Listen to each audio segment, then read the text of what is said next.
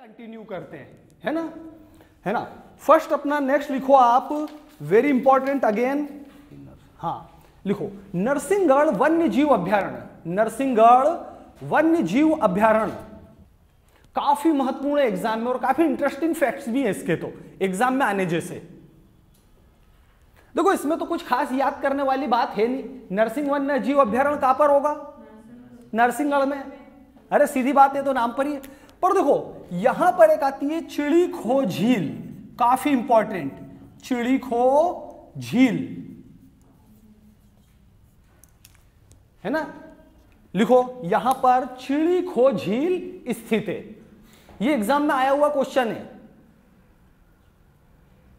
चिड़ी तो आप समझते होगे, चिड़िया का बोला है, खो का मतलब इसे घोंसला होता है अपने निमाड़ी भाषा में, सामान्य भाषा में चिड़ीखो झील है।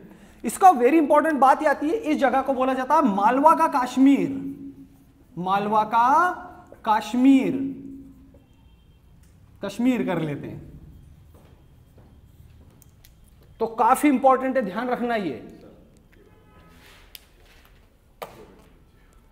मालवा का कश्मीर।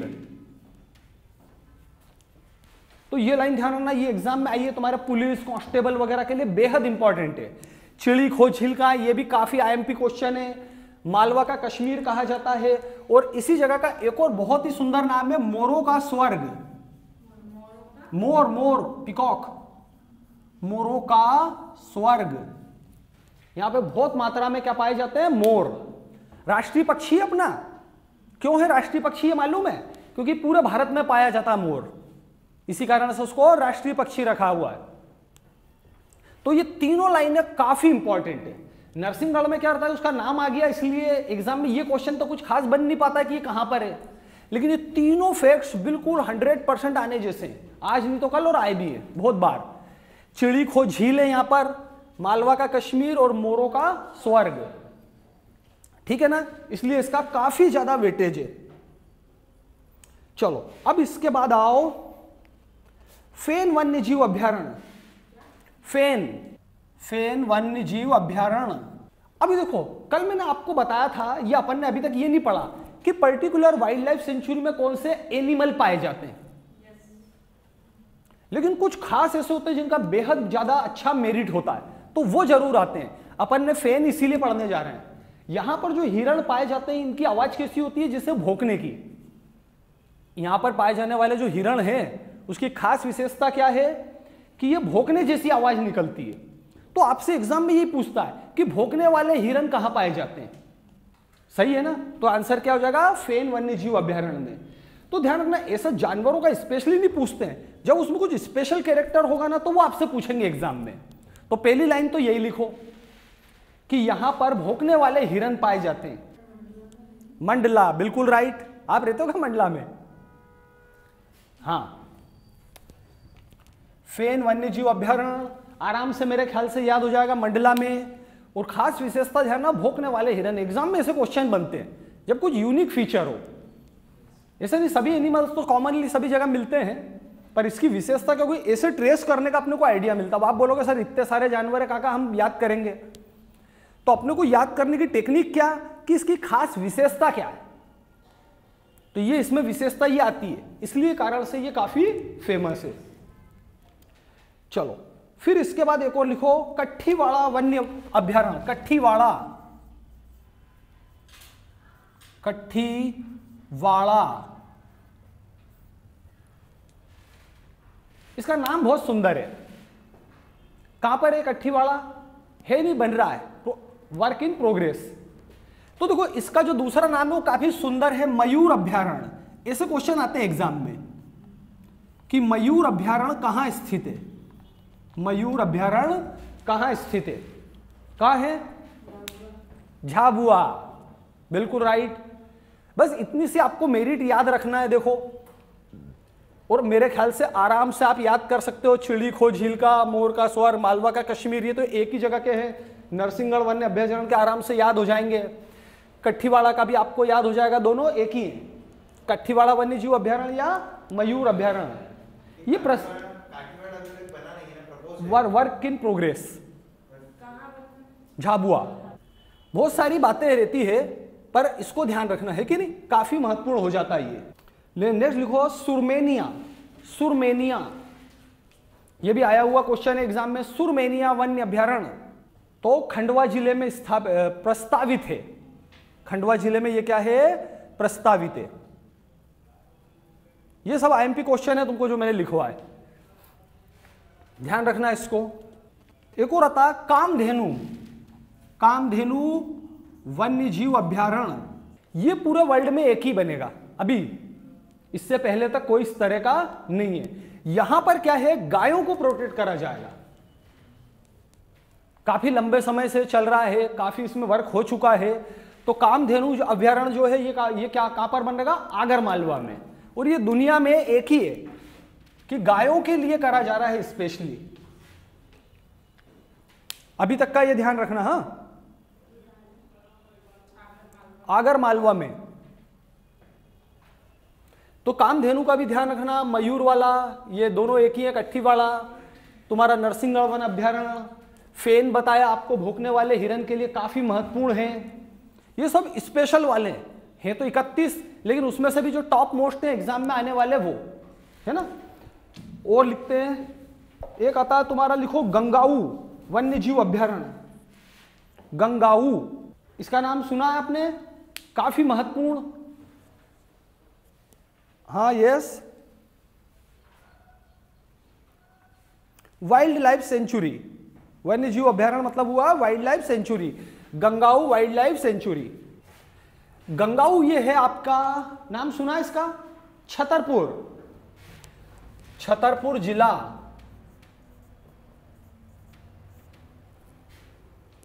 और इसका मेरिट क्या कि यहां पर मगरमच्छ और घड़ियाल दोनों एक साथ हैं। सामान्यतः ये दोनों जानवर एक साथ रहना पसंद नहीं करते हैं, ये यूनिक जगह है, इसलिए इसका काफी महत्व हो जाता है गंगाऊ का। छतरपुर जिले में घड़ियाल, क्रोकोडाइल एंड एलिगेटर बोथ। तो गंगाऊ का ध्यान रखना। यहां तक हुआ। तो इसका ये मेरिट क्या हो जाता है गंगाऊ का कि इसके अंदर मगरमच्छ और घड़ियाल दोनों हैं, तो इसलिए इसका एग्जाम में वेटेज काफी बढ़ जाता है। एक और लिख लो, राष्ट्रीय चंबल। राष्ट्रीय चंबल घड़ियाल वन्य जीव अभ्यारण्य। National Chambal crocodile wild life sanctuary. राष्ट्रीय चंबल घड़ियाल वाइल्ड लाइफ सेंचुरी। ठीक है ना। अब देखो, इसकी ज्योग्राफिकल कंडीशन बहुत महत्वपूर्ण है। यह एकमात्र ऐसा है जो 3 अलग अलग राज्यों में आ जाता है। यह एमपी में भी है, कुछ हिस्सा राजस्थान में भी है और यूपी में भी है, तीनों की बॉर्डर पर है ये। और नाम समझ ही गए होंगे ये किस एरिया में आ गया, आपके चंबल एरिया में, और काय के लिए घड़ियाल। इसका मेरिट ये 3 स्टेट को टच कर लेता है, ये है कि नहीं। आपने मैप देखा होगा एमपी का, तो इसका जरा ध्यान रखना। राष्ट्रीय चंबल घड़ियाल वन्य जीव अभ्यारण्य। और काय का प्रोटेक्शन होगा यहां पर, घड़ियाल लिखाइए साफ साफ। चलो इतना है। अब अपने तीनों जो हैं बायोस्फीयर रिजर्व का नाम लिखो। वाइल्ड लाइफ सेंचुरी में इतना पर्याप्त है ना। अब अपने 3 बायोस्फीयर रिजर्व में ये ध्यान रखना। एमपी में कितने बायोस्फीयर रिजर्व हैं, 3। ये संख्या भी याद रखना है, एग्जाम में बिल्कुल पूछ सकते हैं आपसे कि टोटल बायोस्फीयर रिजर्व कितने हैं। एक का नाम तो अपन कल कर चुके थे, पचमढ़ी, लिख लो मध्य प्रदेश में 3 है ना। दूसरा अमरकंटक और अचनकमार। और अचनकमार ये नाम ऐसे ही, अचनकमार। अचनकमार बायोस्फीयर रिजर्व या जैवमंडल, ठीक है ना। इनमें एरिया नहीं होता, ये काफी बड़े बड़े होते हैं, है ना। अचनकमार आपका छत्तीसगढ़ में भी है, बहुत सारा हिस्सा इसका, एमपी में भी है। ये 3 अपने जो है एमपी के क्या है, बायोस्फीयर रिजर्व है। नाम याद रखना, और खास तौर से एग्जाम के लिए इसकी संख्या कितने हैं, टोटल 3।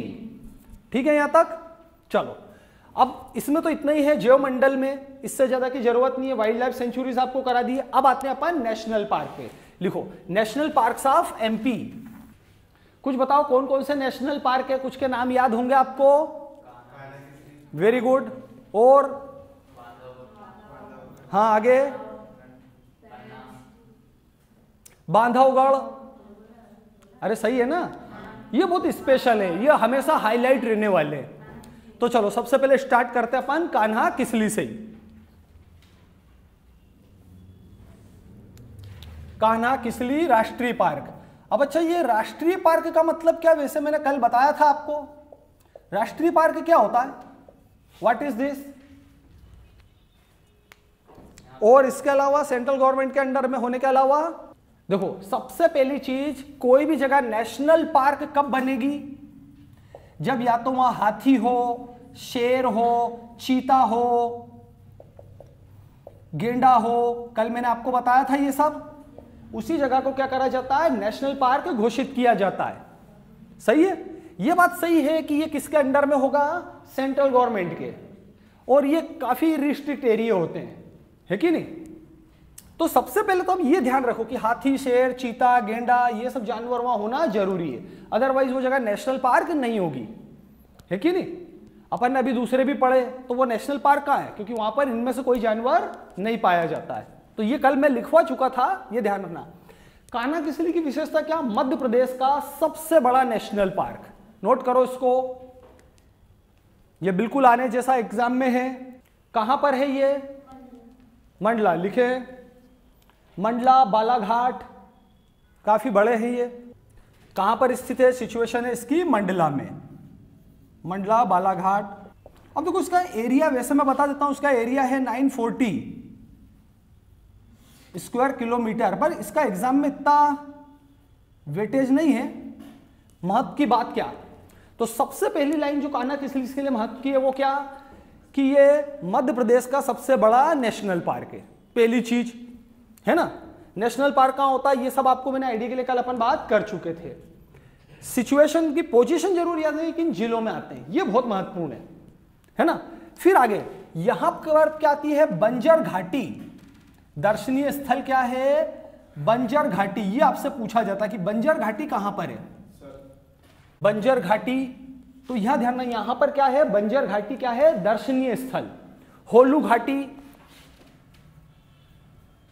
होलू घाटी, ये दोनों नाम याद रखना यहां पर, यानी कि कहां पर, कान्हा किसली के घूमने जाएंगे तो दर्शनीय स्थल है, इसके अंदर ही है कान्हा किसली में, ठीक है ना। कान्हा किसली हो गया मध्य प्रदेश का सबसे बड़ा, है कहां पर, मंडला वाला घाट। इसके अंदर दो महत्वपूर्ण लाइनें, ये बंजर घाटी और होलू घाटी जो है, दोनों इसके दर्शनीय स्थल हैं, लोग आप घूमने जाते हैं। लिखो यहां पर 1974 से टाइगर प्रोजेक्ट प्रारंभ करा था। टाइगर प्रोजेक्ट यहां पर स्टार्ट हुआ है, कब से,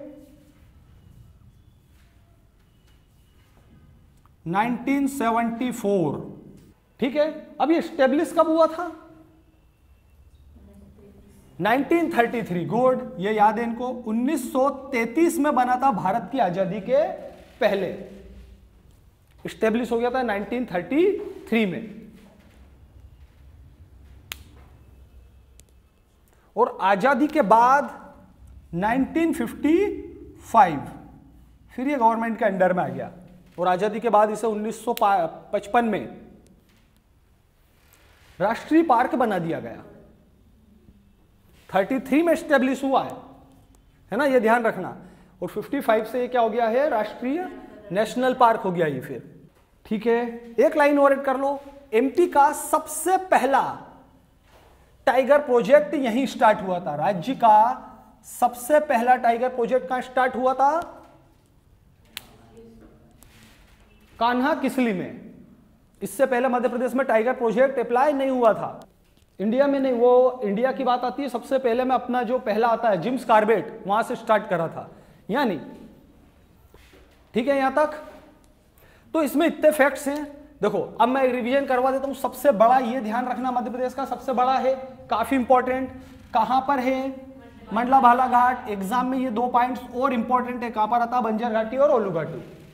सही है कि नहीं, ये 4-5 लाइन तो आप जरूर याद रखना, ये टॉप वाली पोजीशन में आती है। फिर और डीप में पूछना होगा तो क्या करेंगे, वो टाइगर प्रोजेक्ट की डेट पूछ लें। और सबसे पहला, ये भी काफी महत्वपूर्ण कि सबसे पहला टाइगर प्रोजेक्ट कहां स्टार्ट हुआ था, कान्हा किसली में, ठीक है ना। चलो अब नेक्स्ट लिखो, दूसरा अपन पढ़ लेते हैं, पेंच राष्ट्रीय उद्यान। पेंच नेशनल पार्क, पेंच राष्ट्रीय उद्यान। देखो आपने को देखा होगा मोगली, अरे फिल्म में, तो उसके राइटर को ने मोगली कैरेक्टर जो है उसको किसने इन्वेंट करा? Rudyard Kipling. तो देखो यहाँ की जो फ्लोरा एंड फ्यूना है उसके आधार पे यहाँ पर जब वो गए घूमने, या वहाँ के उन्होंने पेड़ पौधे जंगल देखे तो उनको इतना मोटिवेशन मिला कि उन्होंने एक नया कैरेक्टर को जन्म लिया। वो क्या था तुम्हारा? मोगली। अरे मोगली सुना होगा ना आपने, है कि नहीं? ये वही, तो इसलिए इसका काफी महत्वपूर्ण है। तो लिख लो पेज में, पहले अपन यहीं से स्टार्ट करते हैं। रुडयार्ड किपलिंग, रुडयार्ड, ये नाम याद रखना, रुडयार्ड किपलिंग द्वारा, रुडयार्ड किपलिंग द्वारा इसी में या पेंच राष्ट्रीय उद्यान में ही मोगली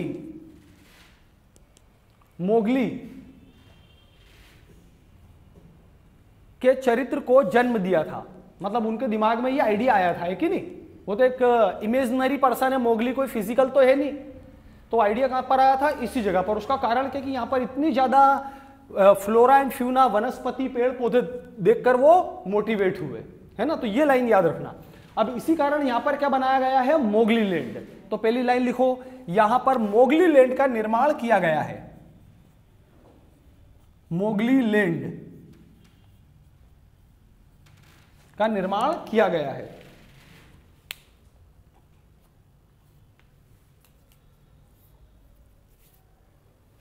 और लिखो इसका नाम इंदिरा गांधी प्रियदर्शनी, इंदिरा गांधी प्रियदर्शनी राष्ट्रीय उद्यान है। पेंच राष्ट्रीय उद्यान या इंदिरा गांधी प्रियदर्शनी, इंदिरा गांधी जी का निकनेम है प्रियदर्शनी। हाँ, ध्यान रखना, पता होगा आपको। इंदिरा गांधी प्रियदर्शनी राष्ट्रीय उद्यान भी है, पेंच भी है और ये भी। रुडयार्ड किपलिंग के मोगली लैंड बनाने के कारण ये काफी फेमस हो जाता है। ठीक है, यहां तक। ये आता है छिंदवाड़ा जिला, सिचुएटेड एट छिंदवाड़ा। तो इसमें ये 2-3 ही बात याद रखना। पेंच राष्ट्रीय उद्यान में क्या, इसका नाम क्या? दूसरा इंदिरा गांधी प्रियदर्शनी राष्ट्रीय उद्यान। मोगली लैंड है। रुडयार्ड किपलिंग ने किसकी रचना करी थी? मोगली कैरेक्टर की। यहाँ की फ्लोरा फ्यूना देख के, यहां पर मोगली लैंड भी है। ठीक है यहां पर। अब नेक्स्ट लिखो माधव राष्ट्रीय उद्यान। मेरे ख्याल से ये तो आपको याद होगा, माधव राष्ट्रीय उद्यान कहां है? क्या बोले? शिवपुरी, एकदम राइट। माधव राष्ट्रीय उद्यान शिवपुरी में। और इसकी क्या विशेषता, कुछ जानकारी आपको बताओ कुछ। शिवपुरी में है पहले। इसके 2 काफी महत्वपूर्ण आते हैं। यहां पर क्या है? जॉर्ज केसल भवन, जॉर्ज केसल भवन। ये कहां पर है? इसी के अंदर। ये ध्यान रखना, जॉर्ज केसल भवन कहां है? तो आपको बताना पड़ेगा माधव राष्ट्रीय उद्यान में। ये भी आया हुआ क्वेश्चन है। और दूसरा यहां पर क्या है? सांख्य सागर झील, सांख्य सागर झील। ये कहां पर आती है? दोनों चीजें माधव राष्ट्रीय उद्यान के अंदर।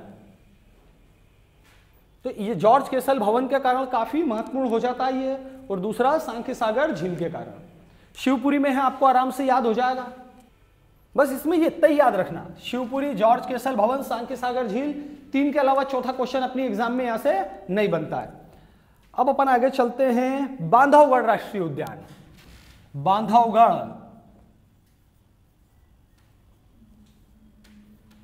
राष्ट्रीय उद्यान।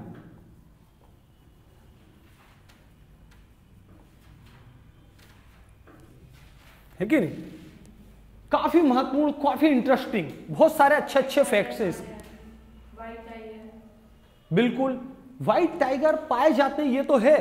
इस जगह को क्या बोला जाता है? व्हाइट टाइगर्स का की जन्म स्थली, ओरिजिन माना जाता है। काफी महत्वपूर्ण है। तो यहां पहली लाइन तो ये लिखो कि इसे क्या बोला जाता है, व्हाइट टाइगर की जन्मस्थली। तो इसलिए आप समझ ही सकते होंगे इसका काफी महत्व है। ठीक है,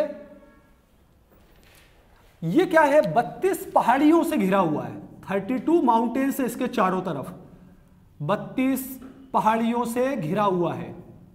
ये दोनों लाइनें लिखिए ना, व्हाइट टाइगर का ओरिजिन यहां पर है और दूसरा व्हाइट टाइगर यहां पर पाए जाते हैं। टोटल इसके आसपास कितनी पहाड़ियां हैं, 32। तो आप सोचो काफी सुंदर जगह होगी ये, 32 पहाड़ियां यहां पर चारों तरफ। लिखो, सबसे ज्यादा बाघ घनत्व, हाईएस्ट टाइगर डेंसिटी यहां पाई जाती है। सबसे ज्यादा बाघ घनत्व कहां पर है, यहां। तो मेरे ख्याल से याद हो जाएगी तीनों बातें, कोई खास नहीं है। 32 पहाड़ी तो एक इंटरेस्टिंग फैक्ट है, लेकिन ध्यान रखिए व्हाइट टाइगर का ओरिजिन ये काफी महत्वपूर्ण है। कल भी मैंने आपको क्वेश्चन बताया था, ऐसा पूछा जाता है कि व्हाइट टाइगर का ओरिजिन किस पठार को माना जाता है। अरे कल बात करी थी तो बुंदेलखंड का पठार, तो थोड़ा उसके लिए आपको मैप समझना पड़ेगा, अपन धीरे धीरे आगे बढ़ेंगे। अभी क्या मैं आपको वो चीजें पढ़ा रहा हूं जिसमें थोड़ा रटने का काम ज्यादा रहे, कि आप सब्जेक्ट के साथ जुड़ो, है कि नहीं। अभी अपन 2-4 दिन वही, एक सप्ताह 2-4 दिन जैसा भी है वही पढ़ेंगे, कि जिसमें आपको थोड़ा रटना ज्यादा रहे, जिससे आप सब्जेक्ट के साथ आपका अटैचमेंट हो। फिर इसके बाद अपन टेक्निकल बातें पे चलेंगे, मैप वगैरह की जहां जरूरत पड़ेगी, है कि नहीं। मेरे ख्याल से इसमें तो आराम से आप कर ही लोगे। हाँ, अब आता है वन विहार राष्ट्रीय उद्यान। वन विहार, इनमें जरूरत नहीं पड़ती है, जिनमें जरूरत रहेगी ना मैं आपको आईएमपी फैक्ट सुनकर करवा दूंगा कि स्टैब्लिश कब हुआ या कुछ और। अपन वो पढ़ रहे हैं जो एग्जाम में फैक्ट्स आए, और बाकी अपने नोट्स में सब लिखा है, तो थोड़ा बहुत जैसे डाउट रहे तो आप उससे भी कवर कर सकते हैं। मैं आपको सीधा एग्जाम ओरिएंटेड वाली बातें करवा रहा हूं कि आपको एग्जाम का एक व्यू बने कि अपने को क्या पढ़ना है इस चैप्टर में से, कहां से, है कि नहीं। हाँ, अपन नेक्स्ट से पढ़ा था अपन ने क्या, वन विहार राष्ट्रीय उद्यान। ये तो पता होना चाहिए कहां है, बताओ। भोपाल। ये ओरिजिनली जू है कि नहीं। तो लिखो ये भोपाल में स्थित है। आपने देखा है कि नहीं, है कभी जाओ तो देखना। लिखो ये ISO 9001 2008, ISO 9001 2008 प्रमाणित है, सर्टिफाइड है। अब इसका एक बड़ा मेरिट आता है कि राज्य का एकमात्र सर्प उद्यान, राज्य का एकमात्र सर्प उद्यान, सर्प मतलब हो गया सांप, कहां पर है, वन विहार भोपाल। अब वो ऑफिशियली जिसको माना हो, आप इंदौर के जू में जाएंगे तो अभी नया यहां पर भी बन गया है, पर अभी ऑफिशियल बुक्स में ये चल रहा है तो अपन ये पढ़े। सर्प उद्यान सांपों के वहां पर होने से नहीं है ऐसा, तो ये एकमात्र सर्प उद्यान ऑफिशियली कौन सा है, भोपाल। अपन तो बाय बुक, अपने को सारे जवाब कैसे देने हैं, बाय बुक। बाय बुक की कहावत है, इसका मीनिंग समझते हो, अकॉर्डिंग टू लॉ, नियम के अनुसार। इंदौर में भी है अभी, में जैसे ये मैंने भी अभी पढ़ा था, तो अब इंदौर वाला भी है, यहां पर भी सर्प उद्यान बना दिया उनने, आप जाके देखना। मैंने तो देखा हुआ है, मुझे तो बहुत प्यार रहता है एनिमल्स से। तो क्या है कि उसको ऐसे कोई डिक्लेयर नहीं करा, गवर्नमेंट ऑफिशियली डिक्लेयर करे इंदौर को, या जो आप उज्जैन का बता रहे हैं या कहीं और, तो ये अभी तो भोपाल का ही है, इसको सर्टिफाइड है। इसी को याद ना, एग्जाम में आया भोपाल ही लगाना, और कुछ नहीं। नहीं, ये जू है, आर्टिफिशियल बने हुए, यहां पर लाया जाता है। देखो ये क्या पूछ रहे हैं कि जैसे सर्प उद्यान डिक्लेयर करा, तो वहां पर पहले से सांप थे क्या कि उनको प्रोटेक्ट कर दिया हो, तो ऐसा कुछ नहीं है। यहां पर क्या बाहर से लाए गए हैं, यह ध्यान रखना। अब दुनिया में दो देश आते हैं, इंडिया और ब्राजील, जहां सबसे ज्यादा सांप पाए जाते हैं, और वैरायटी वाले भी। ब्राजील को भी बोला जाता है सांपों का देश, उसका एक निक नेम है, ऐसे अपने इंडिया का भी नाम है सांपों का देश। यहां पर ढेर सारे अलग अलग वैरायटी के सांप अपने यहां मिलते हैं, और बेहद जहरीले भी। टॉप के यदि गिने जाएंगे तो उसमें से कुछ एक अपने इंडिया में भी बिल्कुल मिलेंगे। किंग कोबरा का नाम सुना होगा ना आपने, काफी जहरीला होता है, सबसे जहरीले सांपों में से एक। चलो, तो वन विहार का ये ध्यान रखना, भोपाल में है, और एकमात्र सर्प उद्यान ऑफिशियली डिक्लेयर्ड, और ISO 9001 2008 सर्टिफाइड है कि नहीं। जाना आप घूमने कभी। चलो, वन विहार हो गया। पन्ना राष्ट्रीय उद्यान, पन्ना राष्ट्रीय उद्यान, पन्ना नेशनल पार्क,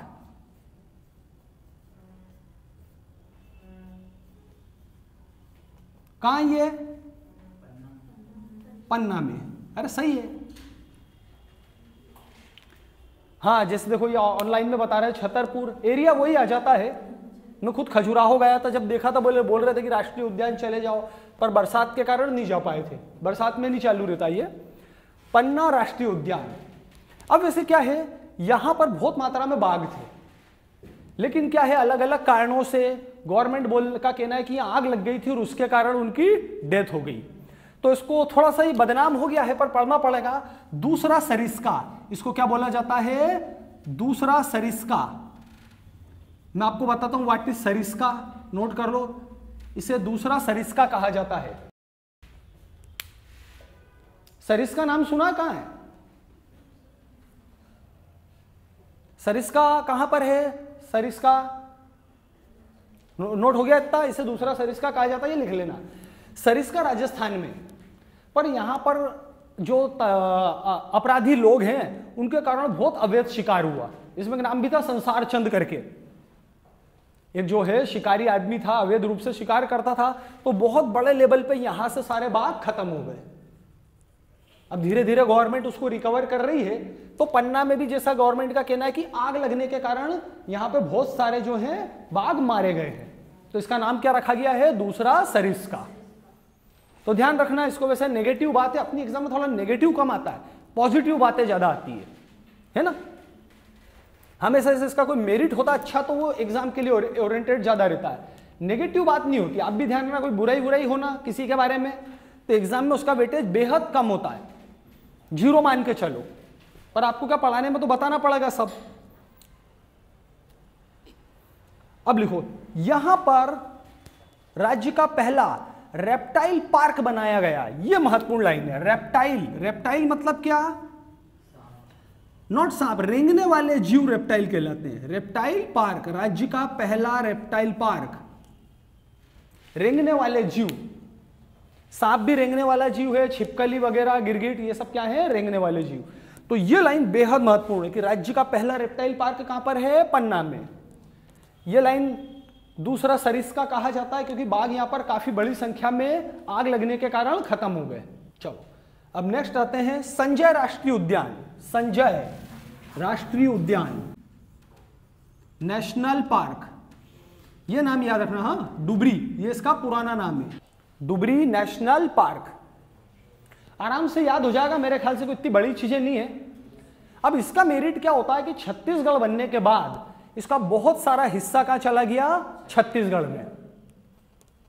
और वहां पर संजय नाम नहीं रखा है। पहले जब एमपी और छत्तीसगढ़ एक थे तो क्या नाम था? संजयपुरा या डुबरी।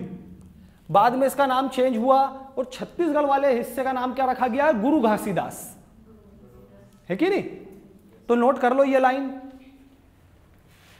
कि इसका बहुत सा भाग छत्तीसगढ़ में स्थित है। बहुत सा भाग छत्तीसगढ़ में स्थित है और छत्तीसगढ़ में इसे गुरु घासीदास राष्ट्रीय उद्यान कहा जाता है। ठीक है।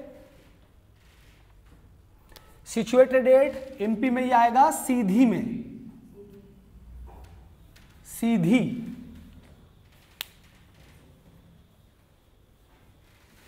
तो डुबरी याद रखना, ये अपने काम का एग्जाम में आया हुआ है।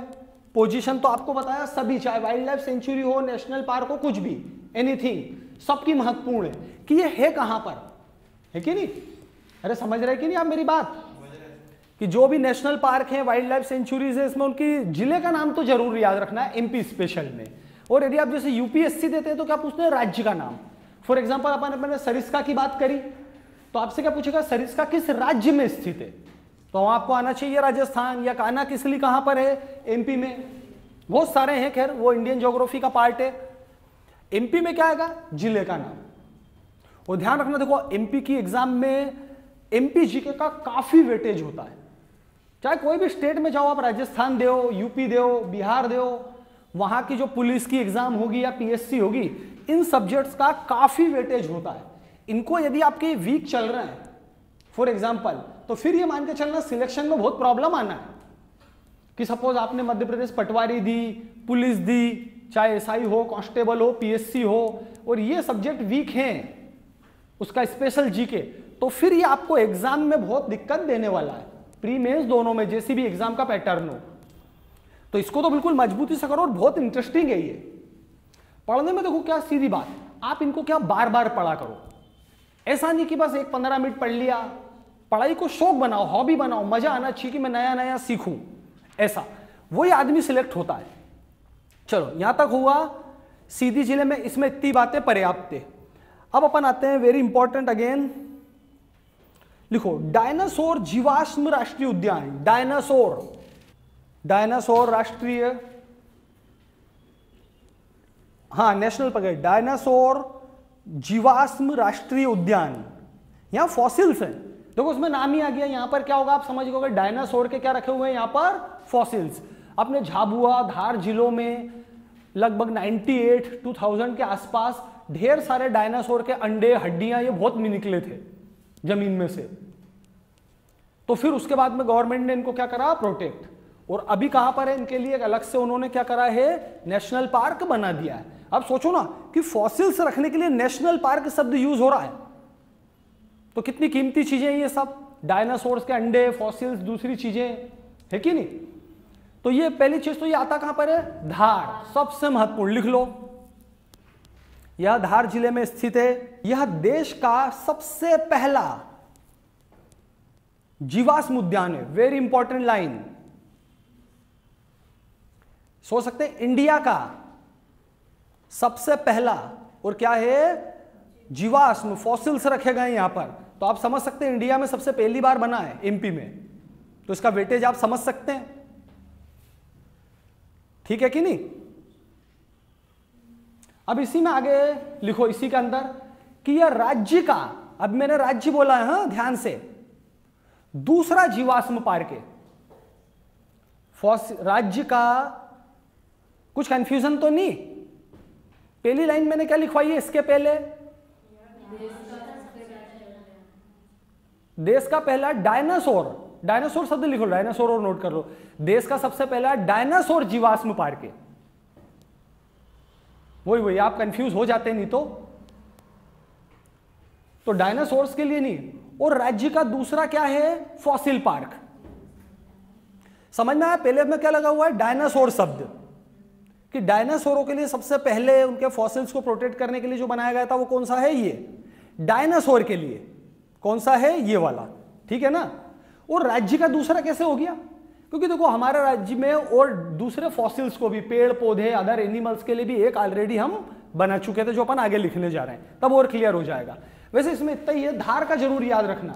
और इसमें देखो कंफ्यूज मत हो जाना, इसमें शब्द क्या है, डायनासोर जीवाश्म। अरे सही है ना, डायनासोरों के जीवाश्म की बात हो रही है, सिर्फ जीवाश्म की नहीं, है ना। अब दूसरा लिखेंगे तो और क्लियर हो जाएगा। नेक्स्ट लिखो जीवाश्म राष्ट्रीय उद्यान, जीवाश्म, फॉसिल्स, फॉसिल्स नेशनल पार्क, जीवाश्म राष्ट्रीय उद्यान। तो देखो उससे पहले ये बना चुके थे, पर ये एमपी में था, और ये डायनासोर स्पेशल नहीं था, यहां पर पेड़ पौधे, दूसरे एनिमल सब रखे गए थे, सही है। तो यहां पर अलग अलग पेड़ पौधे, एनिमल, सबके फॉसिल्स रखे गए थे, और जो अपन ने अभी पढ़ा वो कौन था, जीवाश्म। तो डायनासोर के लिए सबसे पहला कौन सा बना, जो अपन ने अभी पढ़ा है, और लेकिन उसके पहले ये स्टेब्लिश अपन कर चुके थे एमपी में, है कि नहीं। जीवाश्म राष्ट्रीय उद्यान लिखो, यह डिंडोरी में स्थित है। डिंडोरी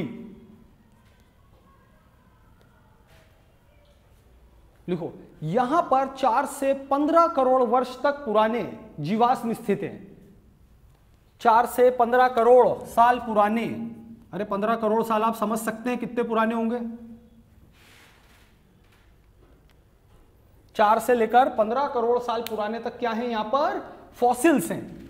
तो फॉसिल्स में क्या होगा, ऑल टाइप्स हो गया, सही है ना। फॉसिल्स क्या होगा, ऑल टाइप हो गए, पेड़ पौधे हो गए, दूसरे अदर एनिमल्स हो गए। जो अपन ने पहले लिखा वो काय का, स्पेशली डायनासोर का। और उससे पुराना ये है जीवाश्म राष्ट्रीय उद्यान, वो नंबर 2 पर आया। पर देश का पहला किसके लिए है, वो डायनासोर्स के लिए। समझ में आ गई सबको बात? वो डायनासोर स्पेशल है, ये डायनासोर स्पेशल नहीं है। तो आप सोच सकते हैं, देखो अपने एमपी का, जैसे मैं आपको बता रहा था कितना महत्व है, कि 15 करोड़ साल पुराने फॉसिल्स यहां पर हैं। 15 करोड़ साल पुराने, तो अपनी लैंड कितनी पुरानी है, आपने पढ़ा होगा ना, गोंडवाना लैंड का पार्ट है एमपी, है कि नहीं? ये सारी बातें। और लिखो, यह राज्य का सबसे छोटा राष्ट्रीय पार्क है, सबसे छोटा राष्ट्रीय पार्क 2.27 किलोमीटर, वो छोटा सा 0.27 किलोमीटर। अब इतना अपने को जरूरत नहीं, एग्जाम में इतना थोड़ी डीप में आएगा। सबसे छोटा राष्ट्रीय पार्क ये याद रखना। सबसे बड़ा कौन सा राष्ट्रीय पार्क में, कान्हा-किसली, ये हो गए। सबसे छोटा तो ये हो गया, सबसे बड़ा कौन सा है, कान्हा-किसली। पर ये दोनों कौन है, राष्ट्रीय पार्क। अरे सही है ना। और वन्य जीव अभ्यारण्य, वाइल्ड लाइफ सेंचुरी की मैं बात करूं तो कौन सा है सबसे बड़ा और छोटा, नोरादेही जो है सबसे बड़ा, सागर में सबसे बड़ा वाइल्ड लाइफ सेंचुरी कौन सी है, नोरादेही। सबसे छोटी रालामंडल, कहां पर है रालामंडल, इंदौर में ही है। आप जाना जरूर देखने, है कि नहीं, आगे पीछे मौका मिले तो ये दोनों काय में आएंगे आपके राष्ट्रीय उद्यान में, और ये दोनों काय में वाइल्ड लाइफ सेंचुरी में। ये भी याद रखना, आने जैसे क्वेश्चन है चारों, इसीलिए मैंने अलग से लिखवाया, आपको नोट कर लो चाहो तो। डायनासोर वाले में और फॉसिल जीवाश्म ने राष्ट्रीय पार्क में, है ना, ये ध्यान रखना। पेंच हो गया। चलो एक और लिखो, सतपुड़ा राष्ट्रीय पार्क। सतपुड़ा राष्ट्रीय पार्क कहां होगा बताइए, होशंगाबाद, जिला होशंगाबाद। यहां की विशेषता क्या, कृष्ण मृग, कृष्ण मृग यहां अत्याधिक संख्या में क्या पाए जाते हैं, कृष्ण मृग। ये उनके लिए काफी फेवरेबल है। हिरन की एक प्रजाति कृष्ण मृग, इंदौर के जू में जाना आपको देखने को मिल जाएंगे, सुंदर से हैं, इनके सींग एकदम सीधे रहते हैं और इस टाइप से जाएंगे, ऐसे रिंग रिंग बनी रहती है, काफी तेज धार वाले रहते हैं, हथियार की तरह। इंदौर में मिल जाएंगे आपको आराम से, इंदौर जू में देख लेना जाके, कृष्ण मृग वहां लगा हुआ है, बोर्ड वगैरह सब काफी सुंदर है, ब्लैक रहते हैं, काफी कुछ ही है। 2 मिनट है ना, थोड़ा काम की चीजें और लिखवानी है। ओंकारेश्वर राष्ट्रीय पार्क, ओंकारेश्वर राष्ट्रीय पार्क। ओंकारेश्वर का नाम आपने सुना होगा, देखा भी होगा, है ना। तो प्रस्तावित, ये काफी महत्वपूर्ण, अब ये बनने की तैयारी चल रही है। और कहां पर आएगा ओंकारेश्वर, कहां आता है, खंडवा जिले में। तो ये भी अपने आप ही कहां हो गया, खंडवा जिले में। 2004 ब्रैकेट में लिख लो, अभी डिक्लेयर वगैरह तो सब हो गया है। ओंकारेश्वर राष्ट्रीय पार्क ये नया है, इसके बारे में थोड़ा याद रखना, थोड़ी इंफॉर्मेशन अब इसमें बढ़ेगी। अपनी पढ़ाई में क्या है, कोई फुल स्टॉप नहीं होता है, आपको इतना बता दिया, सारे फैक्ट्स इंपॉर्टेंट बता दिए, पर नॉट 100%। अब आपको दिमाग ओपन रखना है, जैसा मैंने कल भी आपको बोला था। देखिए ये पूछ रहे हैं कि एक वाइल्ड लाइफ सेंचुरी और नेशनल पार्क की थीम, आपको टाइम हो गया, शॉर्ट में बता देता हूं। देखो नेशनल पार्क में क्या होता है, यदि कोई पर्टिकुलर एरिया, यदि वहां पर टाइगर है, लॉयन है, राइनोसोरस है कि नहीं, एलिफेंट है, इनमें से कोई जानवर यदि वहां पाया जाता है तो उस एरिया को गवर्नमेंट क्या डिक्लेयर करती है, नेशनल पार्क। ये सभी एनिमल्स के लिए नहीं है कि वहां पर हाथी होगा या टाइगर होगा, लायन होगा या पैंथर, चीता, इन पांचों में से कोई सा भी एक जानवर होगा, वो जगह क्या कहलाएगी, नेशनल पार्क। इसको गवर्नमेंट डिक्लेयर कर देती है। ये कहां पर होगा, पूरी तरह से सेंट्रल गवर्नमेंट के अंडर में। है ना। और यहां पर रिस्ट्रिक्शन कुछ ज्यादा होते हैं कि आपका आना जाना आसानी से नहीं हो सकता है, सीधी सी बात है। यहां पर आप एनिमल्स को नहीं ले जा सकते, घूमने नहीं जा सकते, लकड़ियां प्राप्त नहीं कर सकते, घास नहीं काट सकते, पूरी तरह से एक प्रकार से क्या हो गया, ये रिस्ट्रिक्ट एरिया होता है कि नहीं। तो नेशनल पार्क में पहले तो ये कंडीशन याद रखना कि इसके आधार पर डिक्लेयर होता है और ये किसके अंडर में होगा, सेंट्रल गवर्नमेंट। और अपनी जो वाइल्ड लाइफ सेंचुरी है ये कायम आ जाएगी स्टेट गवर्नमेंट के अंडर में। यहां पर गवर्नमेंट फिर आपको कुछ अपने हिसाब से छूट दे सकती है, सबके लिए कॉमन नहीं, वो डिपेंड करेगा स्टेट गवर्नमेंट पे। पर यह छोटा, इसकी तुलना में यहां पर थोड़ा लिबरल हो सकते हैं, है कि नहीं। जरूरी नहीं कि आप बोले हम तो लकड़ी काटने जाएंगे, ऐसा नहीं। तो मेन तो ये लाइन याद रखना, पांचों जानवर हो और सेंट्रल गवर्नमेंट, और यहां पर क्या होगा, वाइल्ड लाइफ सेंचुरी किसके अंडर में होगी, स्टेट गवर्नमेंट। दोनों ही पर्टिकुलर भी और ऑल भी, क्योंकि आजकल तो सभी जानवर खत्म होते चले जा रहे हैं, है कि नहीं। तो सभी को प्रोटेक्ट करा जाता है, और वो तो गवर्नमेंट ने बहुत समय पर कोशिश करी है, तो अपन आज एनिमल देख पा रहे हैं, नहीं तो शायद एक भी नहीं बचते। चलो और कुछ पूछना, अच्छा बताएं, किसी को कुछ पूछना करना हो बोले। बायोस्फीयर रिजर्व और किसमें डिफरेंस, देखो बायोस्फीयर रिजर्व जो होता है ना, आप इसको ऐसा समझो, एक बहुत बड़ा एरिया, एक बहुत बड़ा जंगल, सही है। बायोस्फीयर रिजर्व वैसे ही कल मैंने बता दिए थे इंट्रोडक्शन के टाइम पे कि एक बहुत बड़ा एरिया क्या कहलाएगा आपका, बायोस्फीयर रिजर्व। यहां पर अलग अलग टाइप के पेड़ पौधे और एनिमल्स मिलेंगे। अब इसी के अंतर्गत हो सकता है नेशनल पार्क हो, कि उस बहुत बड़े एरिया में से किसी पर्टिकुलर एरिया को क्या बना दे गवर्नमेंट, नेशनल पार्क, या फिर इसी के अंदर क्या बना दे, वाइल्ड लाइफ सेंचुरी। तो ये दोनों भी बना सकते हैं, दोनों में से कोई एक भी बना सकते हैं, और दोनों एक साथ भी बना सकते हैं। तो एक बहुत बड़े एरिया को, जंगल को आप क्या समझे, बायोस्फीयर रिजर्व, है ना। फिर उसके अंदर नेशनल पार्क हो सकता है और नहीं भी हो, उसके अंदर वाइल्ड लाइफ सेंचुरी हो भी सकती है और नहीं भी, या दोनों एक साथ भी हो सकते हैं, या दोनों में से कोई एक भी। तो बायोस्फीयर रिजर्व के लिए आप समझ लें ऐसा एरिया जहां ढेर सारे पेड़ पौधे, एनिमल्स अलग अलग टाइप के मिलते हों, वो क्या कहलाएगा, बायोस्फीयर रिजर्व।